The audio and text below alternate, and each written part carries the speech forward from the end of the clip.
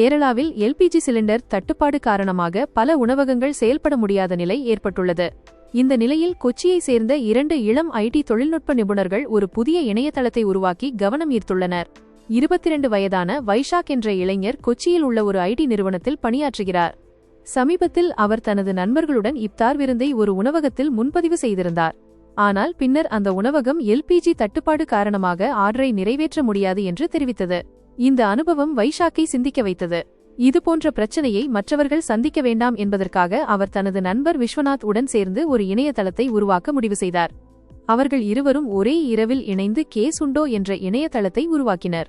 இதில் கொச்சியில் உள்ள எந்த உணவகங்கள் திறந்துள்ளன, எவை மூடப்பட்டுள்ளன அல்லது எவை குறைந்த மெனுவுடன் செயல்படுகின்றன என்பதை மக்கள் நேரடியாக அறிந்து கொள்ளலாம்.